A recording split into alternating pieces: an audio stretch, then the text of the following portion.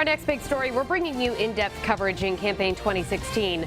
Republican presidential hopeful Ben Carson in the headlines tonight over questions about his inspirational personal story. And WPRI.com reporter Ted Nesi joining me in studio. So Ted, why did this story make such a splash when it broke earlier today? Well, you know, Ben Carson's not a traditional presidential candidate, right, Shannon? He's best known for being an amazing pediatric neurosurgeon, came up from very humble beginnings to do that. And so his life story is at the center of his appeal. And throughout this week, we've seen questions raised about some of the details. But this story in particular today, the idea that he fabricated was the original headline, getting into West Point, getting a scholarship there, turned it down to go to medical school. His campaign now giving a lot more nuance on that. It kind of goes to the heart of his appeal. So I think that's why it got so much attention. So what is his campaign and what are his supporters saying about this? They're saying that this article from Politico that got so much attention this morning took it a little too far, that, you know, really if you look closely at what he said, there's a way to read it that shows he was sort of told he could probably get into West Point, but